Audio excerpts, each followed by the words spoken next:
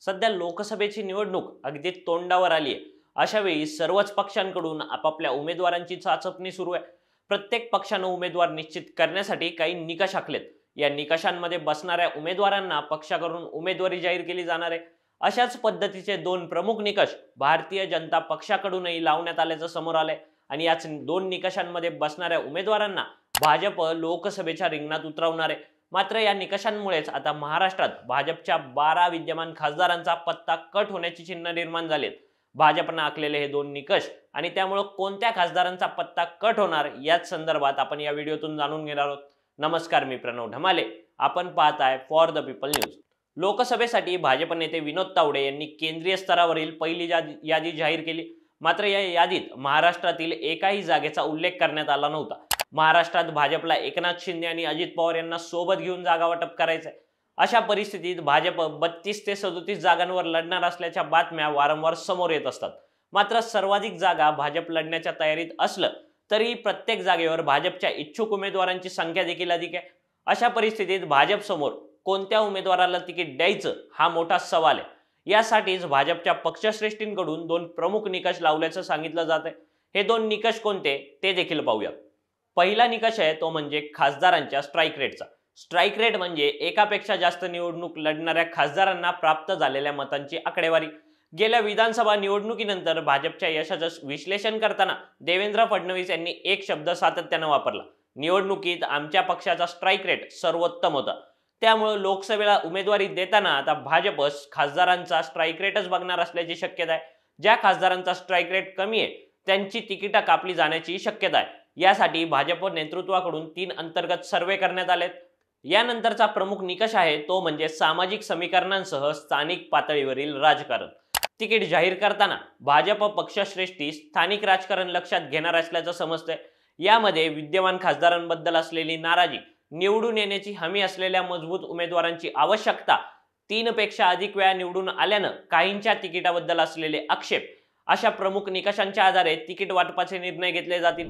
या दोन प्रमुख निकषांच्या आधारावर भाजप नेतृत्वानं केलेल्या सर्वेमुळे आता 12 विद्यमान खासदारांचा पत्ता कट होण्याची शक्यता निर्माण झाली. 5 वर्षातील कामगिरीचा आढावा घेऊन भाजपनं खासदारांचा रिपोर्ट कार्ड तयार केलाय. यामुळे जनमानसात चांगली प्रतिमा नसणाऱ्या, लोकसंपर्क नसलेल्या खासदारांना डच्चू दिला जाऊ शकतो. हेच भाजपचे 12 खासदार कोण याकडेही एक नजर टाकूयात. या यादीत पहिलं नाव घ्यावं लागतं ते म्हणजे बीडच्या विद्यमान खासदार प्रीतम मुंडे यांचं. लोकनेते गोपीनाथ मुंडे यांची कन्या असणाऱ्या प्रीतम मुंडे यांनी 2014 साली गोपीनाथ मुंडे यांच्या निधनानंतर झालेल्या पोटनिवडणुकीत पहिल्यांदा लोकसभेची निवडणूक लढवली. यावेळी त्यांच्या विरोधात काँग्रेसचे अशोकराव पाटील लोकसभेच्या रिंगणात होते. यावेळी अशोक पाटलांना 2,24,678 तर प्रीतम मुंडेंना 9,16,923 मतं मिळाली होती. प्रीतम मुंडेंना या निवडणुकीत तब्बल 6,92,245 मतांनी विजय मिळवला होता. त्यानंतर 2019च्या निवडणुकीत प्रीतम मुंडेंनी पुन्हा एकदा 1,68,368 मतांनी विजय मिळवत दुसऱ्यांदा खासदार होण्याचा बहुमान मिळवला. मात्र आता भाजपनं आखलेले निकष पाहता प्रीतम मुंडेंचा पत्ता कट करून त्यांच्या बहिणीला अर्थात पंकजा मुंडे यांना बीड लोकसभेसाठी तिकीट मिळण्याची शक्यता वर्तवण्यात येते. या यादीत दुसरं नाव आहे धुळ्याचे खासदार डॉक्टर सुभाष भामरे यांचं. डॉक्टर सुभाष भामरे यांनी 2014 आणि 2019 या 2 निवडणुकांमध्ये विजय मिळवला होता. मात्र यावेळी त्यांची लोकप्रियता पाहता त्यांना तिकीट नाकारणार असल्याची शक्यता निर्माण झाली आहे. त्यांच्या जागेवर आता भाजप किसान आघाडीचे प्रदेश महामंत्री बिंदू शर्मा यांनीही निवडणुकीसाठी इच्छा व्यक्त केली आहे. त्यामुळे यंदा बिंदू शर्मा यांना उमेदवारी मिळण्याची शक्यता वर्तवली जाते.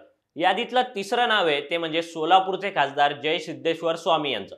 2019च्या निवडणुकीवेळी भाजपनं तत्कालीन विद्यमान खासदार शरद बनसोडे यांच्या जागी लिंगायत समाजाचे धर्मगुरू असणाऱ्या जय सिद्धेश्वर स्वामी यांना तिकीट दिलं होतं. यावेळी जय सिद्धेश्वर स्वामी यांनी काँग्रेसचे ज्येष्ठ नेते सुशील कुमार शिंदे आणि वंचित बहुजन आघाडीचे प्रमुख प्रकाश आंबेडकर यांचा पराभव करत विजय मिळवला होता. मात्र विजयानंतर जय सिद्धेश्वर स्वामी यांच्या जातीचे दाखले वादाचे विषय बनले होते. यामुळेच यावेळी त्यांच्या जागेवर भाजपकडून राज्यसभेचे माजी खासदार अमर साबळे, सोलापूरचे माजी खासदार शरद बनसोडे, माळशिरसचे आमदार राम सातपुते यापैकी एकाला तिकीट दिलं जाईल अशी शक्यता आहे. चौथं नाव आहे ते सांगलीचे खासदार संजय पाटील यांचं. 2014 आणि 2019 अशा 2 वेळेस संजय पाटील हे खासदार म्हणून निवडून आलेत. मात्र सध्या भाजपचे विद्यमान खासदार संजय पाटील यांच्यावर पक्षातील आमदार आणि भाजप नेते नाराज असल्याच्या चर्चा आहेत। त्यामुळेच भाजपकडून सांगलीतील उमेदवार बदलाच्या चर्चा आहेत। मध्यंतरीच्या काळात भाजपचे प्रदेशाध्यक्ष चंद्रशेखर बावनकुळे यांनी काँग्रेसच्या विशाल पाटील यांची भेट घेतली होती। त्यामुळेच आता संजय पाटील यांच्याऐवजी काँग्रेसच्या विशाल पाटलांना भाजपकडून उमेदवारी देण्याची शक्यता वर्तवली जाते। पाचवं नाव आहे ते लातूरचे खासदार सुधाकर शृंगारे यांचं। 2019 सालच्या निवडणुकीत लातूर लोकसभा मतदारसंघातून भाजपच्या सुधाकर शृंगारे यांनी विजय मिळवला होता। मात्र लातूर लोकसभा मतदारसंघात भाजपनं आतापर्यंत सतत उमेदवार बदललाय। हाच इतिहास पाहता यंदा भाजपकडून इच्छुक असणारे उदगीरचे माजी आमदार सुधाकर भालेराव किंवा माजी खासदार सुनील गायकवाड यांचे ज्येष्ठ बंधू व महाराष्ट्र रस्ते विकास महामंडळाचे कार्यकारी संचालक अनिल गायकवाड यांना संधी मिळण्याची शक्यता आहे। या यादीतलं 6वं नाव आहे ते जळगावचे खासदार उन्मेष पाटील यांचं। 2014 साली चाळीसगाव मतदारसंघाचे आमदार असणाऱ्या उन्मेष पाटील यांनी 2019 साली भाजपच्या तिकिटावरून जळगाव लोकसभेच्या निवडणुकीत विजय मिळवला होता। मात्र उन्मेष पाटलांबाबत सध्या पक्षांतर्गत नाराजी असल्याचं समोर आलंय। त्यामुळं यावेळी त्यांच्या जागेवर भाजप दुसऱ्या उमेदवाराला निवडणुकीच्या रिंगणात उतरवणार असल्याच्या चर्चा आहेत। 7वं नाव आहे ते उत्तर मुंबईचे खासदार गोपाळ शेट्टी यांचं। 2014 आणि 2019 साली गोपाळ शेट्टी भाजपकडून उत्तर मुंबईचे खासदार बनले होते। मात्र सध्या त्यांच्या जागेवर भाजपकडून प्रामुख्यानं विनोद तावडे, अतुल भातखळकर, योगेश सागर, सुनील राणे यांची नावं चर्चेत आहेत। या यादीतलं 8वं नाव आहे ते उत्तर मध्य मुंबई मतदारसंघाच्या खासदार पूनम महाजन यांचं। पूनम महाजन या उत्तर मध्य मुंबई मतदारसंघातून 2014 आणि 2019 साली खासदार म्हणून निवडून आले आहेत। भाजपचे ज्येष्ठ नेते प्रमोद महाजन यांच्या कन्या पूनम महाजन यांनी गेली 10 वर्ष लोकसभेत मतदारसंघाचं प्रतिनिधित्व केलंय। मात्र यावेळी पक्षानं आखलेल्या निकषांच्या आधारावर त्यांची उमेदवारी कापली जाण्याची शक्यता आहे। यापुढे 9वं नाव घ्यावं लागतं ते अहमदनगरचे विद्यमान खासदार डॉक्टर सुजय विखे पाटलांचं।